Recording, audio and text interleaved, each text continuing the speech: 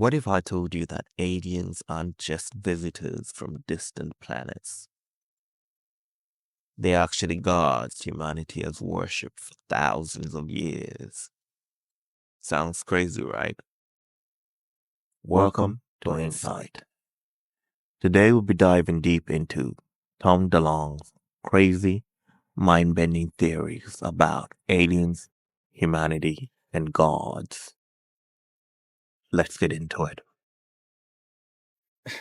Once again, I'm in a tricky spot right now because a lot of what happened back then, I can't really get into now because of the positions and the things I'm involved with. But read the book. And so it's just because you printed the stuff in the book that they wanted to pull you aside and talk to you about this for 2 days. And I was all over radio and talking about it. And I was saying some other crazy shit that I can't repeat. So if people are listening, if they want to go back and look at those interviews, that's a better way to. Okay, so you had said something in those interviews that you can't say again because they told you to stop talking about it. Absolutely, yeah. Did they tell you to stop talking about the fact that you can't talk about it? No, I mean, I don't think that's the issue. How did a musician, whose career was built on songs about heartbreak and rebellion, become a pivotal figure in UFO research? It all started with a curiosity that many dismissed as teenage fantasy, a passion fueled by books, conspiracy theories, and a desire to uncover the truth behind the unexplainable. From crafting the now iconic track Aliens Exist to creating a company that would shock the world, Tom DeLonge's obsession turned into a mission. In 2015, he founded To the Stars Academy of Arts and Science, an organization blending entertainment, science, and disclosure. He claimed he had direct contact with high-ranking government officials, military insiders, and even former intelligence operatives. This wasn't just a hobby anymore.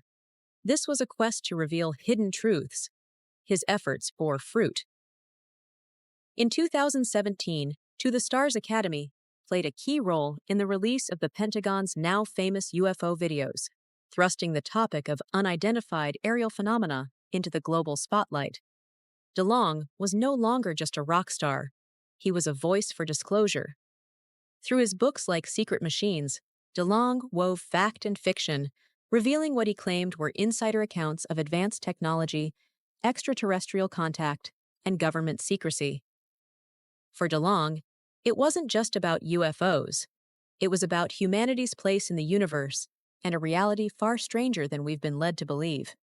So I go out to a certain city, and I land at the airport, and I walk through security, and I meet this person. The person takes me to a restaurant that's right past security, and I go to the back of the restaurant. There's nobody in that area, and then we sit at a booth for 2 hours. And while we're sitting there, he leans across the table, and this is the very first words that were said to me. It was the Cold War. And every single day, we lived under the threat of nuclear war. Every single day, we believed and really thought in the deepest part of our souls that nuclear war could happen at any given moment. And then he stops, and he goes, and somewhere in those years, and he looked me in the eye, he goes, we found a life form. And everything that we did and every decision that we made with that life form was because of the consciousness at that time. And I said, sir, when taking into account things that this life form has done, for example, turning our nuclear weapons on and readying them for launch, and then he interrupts me, puts a finger in my face and says, there are heroes in Russia, heroes. And under grave risk to himself and to his country, they did not fire back.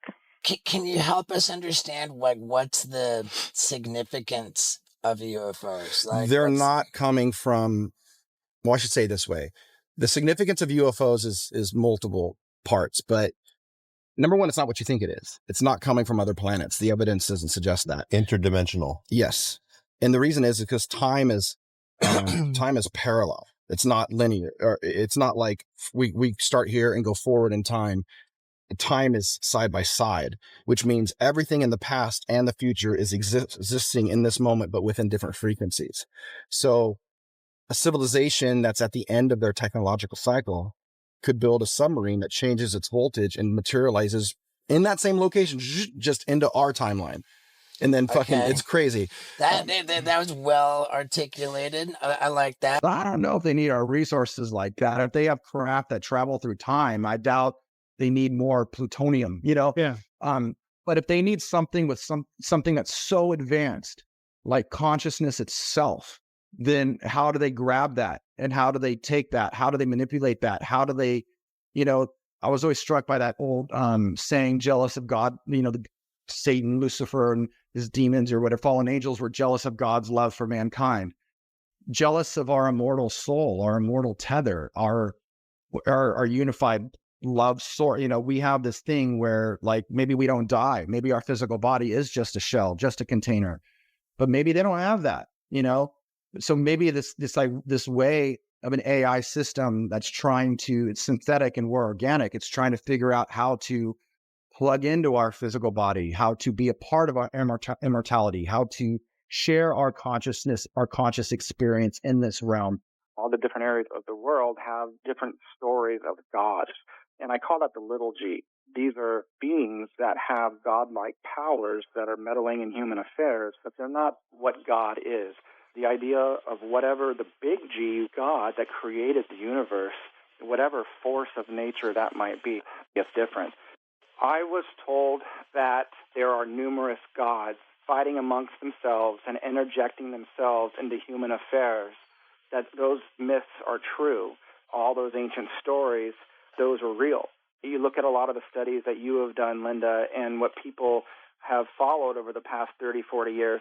Some people that have worked in these facilities have all talked about ancient hieroglyphics being on these craft, and they look like ancient Greek.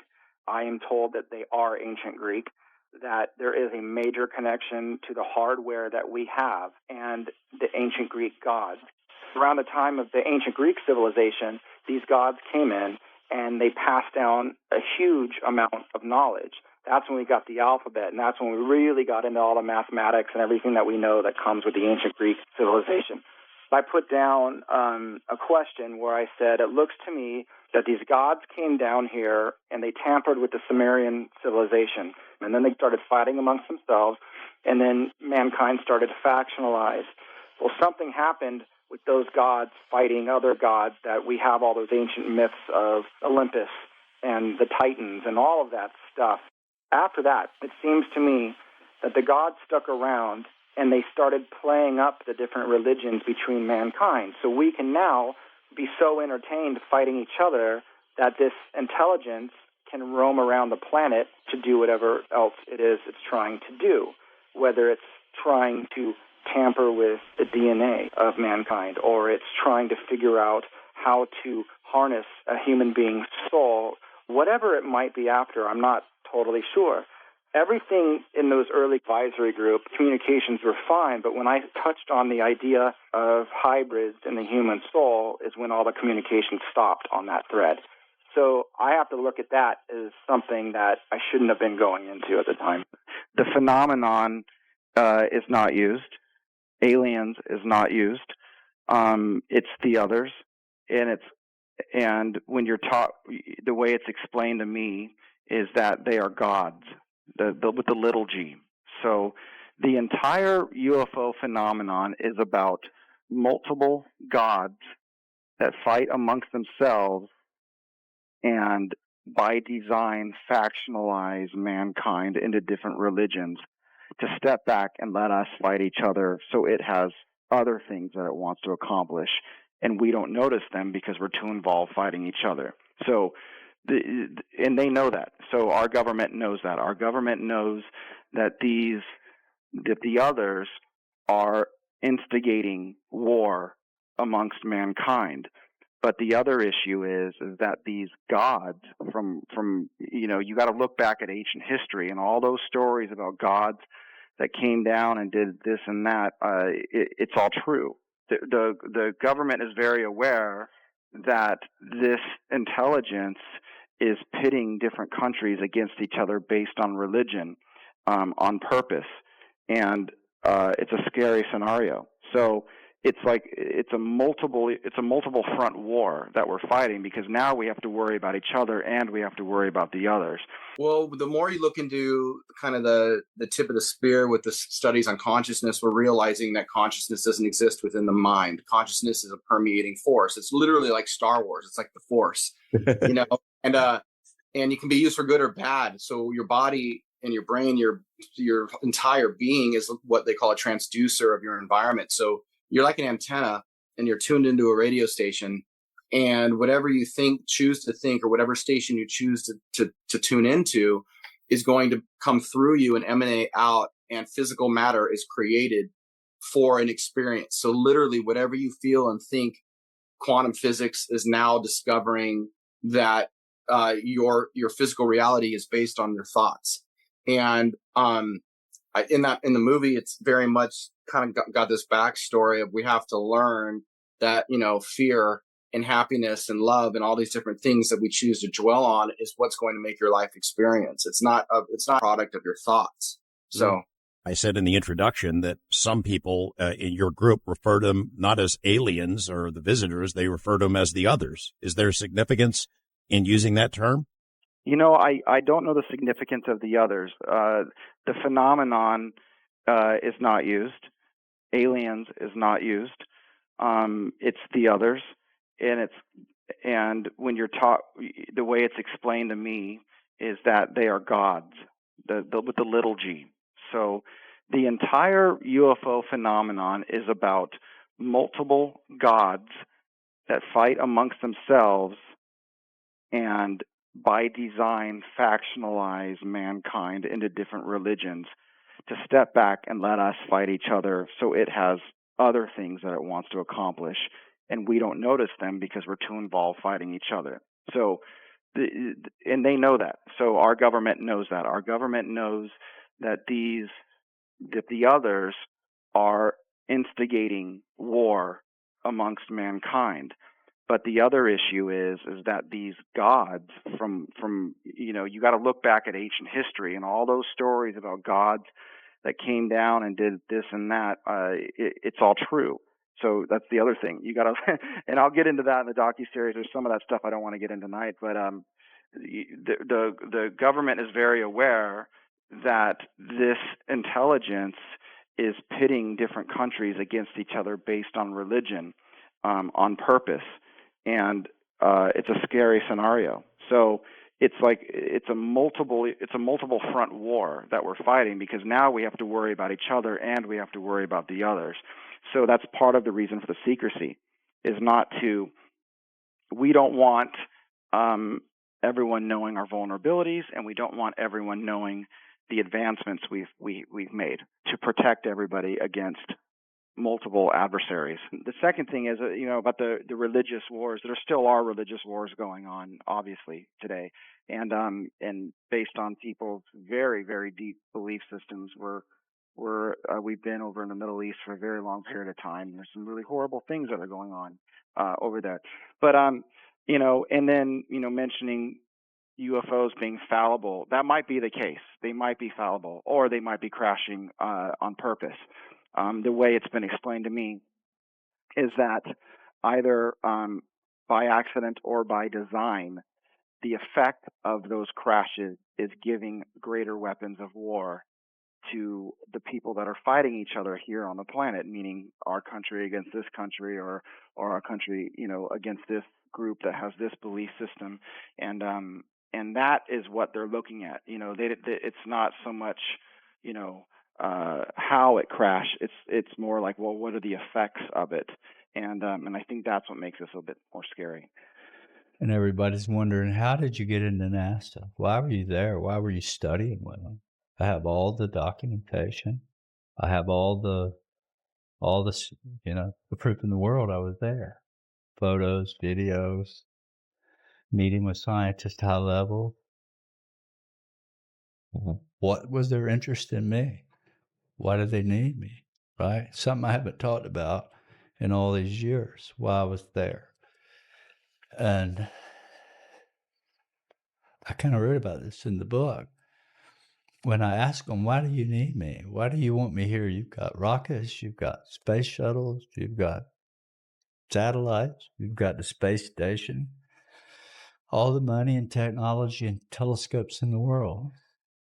And they're like, well, we know they like you, and they communicate with you, and they don't have nothing to do with us at all. And we'd like to know why, what it is they want, and why it is they're harassing their astronauts. Harassing them. So has any astronauts ever seen an orb or one of these? All of them. No way. All of them. Really? Yep. I know I've seen videos of Buzz Aldrin talking about they saw some stuff, but he never said specifically. Well, they've never released it. Right. But that's why I was there, consulting with them about what they're now calling a plasmoid, which is an angelic being. It's little glowing beings that come out of the orbs. So how do they see them? How do they appear to them? They would appear outside the space shuttle, look in the windows at them. Whoa. Stand up over the shuttle bay or the space station, glowing. Sometimes there's a report of a half a dozen of them, 125 feet tall, with wings, standing there smiling at them. Yeah, smiling in the window. Space. Yeah. Yeah. Wow. So for 18 years, I never talked about this. And this is the first time publicly tonight. Really. So we're talking about things that come out of the orbs. Angels, angelic beings, created beings. They're made of energy, but in a ball of light. But out of that ball of light comes a glowing being. Sometimes they're 6, 7 feet tall or taller. Or 125 feet tall. Yep. Whatever they want. They can mimic anything. They can mimic a flying saucer. They can mimic a drone. They can split in 2 or 100. I've seen it. Yep.